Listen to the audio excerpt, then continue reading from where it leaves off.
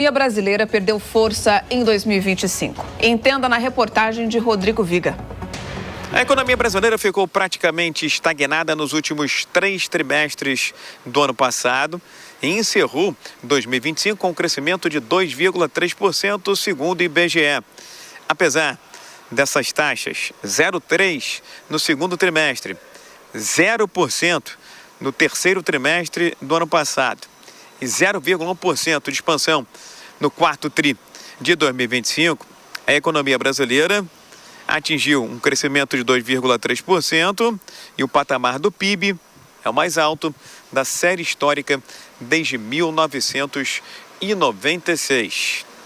Segundo o IBGE, esse PIB parado, estagnado, segundo, terceiro e quarto trimestres, tem muito a ver com a política monetária mais restritiva.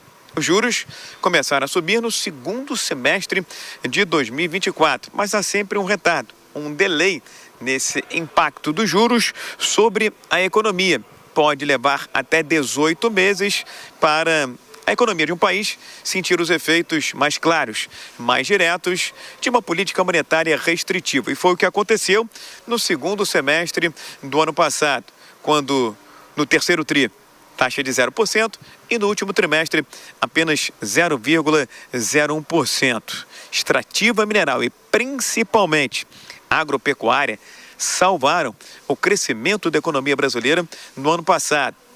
A safra foi recorde, com aumento de produção e produtividade para colheitas importantes, como soja, milho e laranja. Somente a agro respondeu por 1/3 no crescimento do PIB de 2,3% em 25.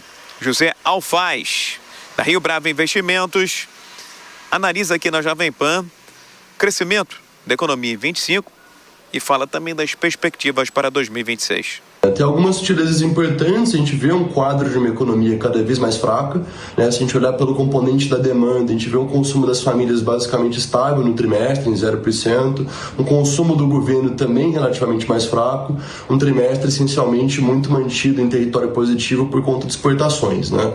E isso por si só acaba sendo outra explicação ou mais um argumento, né, para porque a gente enxerga uma demanda mais enfraquecida e uma economia menos contundente, porque em contexto que a economia opera muito acima da sua capacidade produtiva, com muito estímulo de demanda, a demanda por importação, a absorção doméstica é mais alta, né? A gente tem um trimestre, o primeiro em alguns trimestres, que a gente vê a importação caindo de maneira contundente. Desde 2016, ano complicado para a política e para a economia brasileira, o IBGE não registrava 3 trimestres consecutivos de paralisia, de estagnação da economia.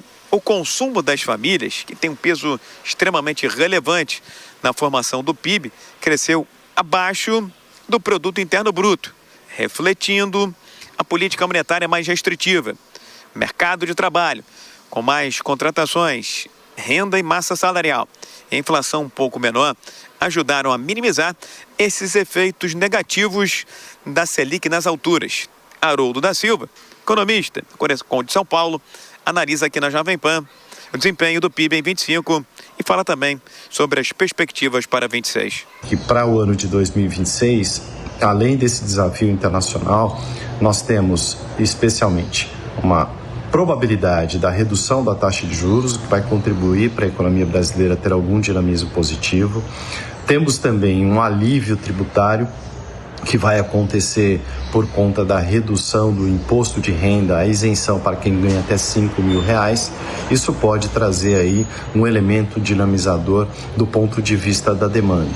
Mas, sem dúvida alguma, nós temos um período com eleições e nós também temos grandes turbulências internacionais que vão colocar à prova especialmente a economia brasileira, e a preocupação com as contas públicas também é outro tema que não vai sair do radar dos analistas. A taxa Selic atualmente está em 15%, maior patamar em quase 20 anos. E a perspectiva, antes do início da guerra entre Estados Unidos e Irã, era que os juros começassem a cair já na reunião do Copom desse mês de março de 2026.